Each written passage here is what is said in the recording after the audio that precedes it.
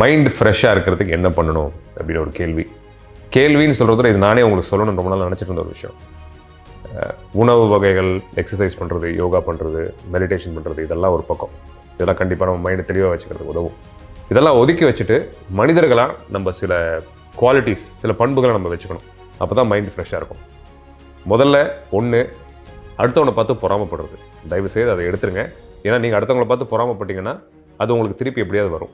நீங்கள் அடுத்தவங்களுக்கு பார்த்து நல்லது நினச்சிங்கன்னா அதுவும் உங்களுக்கு திரும்பி வரும். இந்த சிம்பிள் ஃபேக்டை புரிஞ்சுக்கோங்க. இதை பற்றி சயின்ஸ் நிறையா பேசலாம், but bottom line is this. 1. 2வது, கிரட்ஜ்.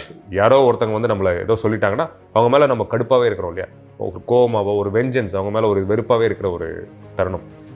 ஏதோ ஒரு விஷயம் எப்போவும் நடந்திருக்கும். அதனால இன்னைக்கு உங்கள் உடம்புல, உங்கள் மனசில் அவங்களுக்கு இடம் கொடுத்து உங்கள் நேரத்தை நீங்கள் வீணாக்குறீங்க.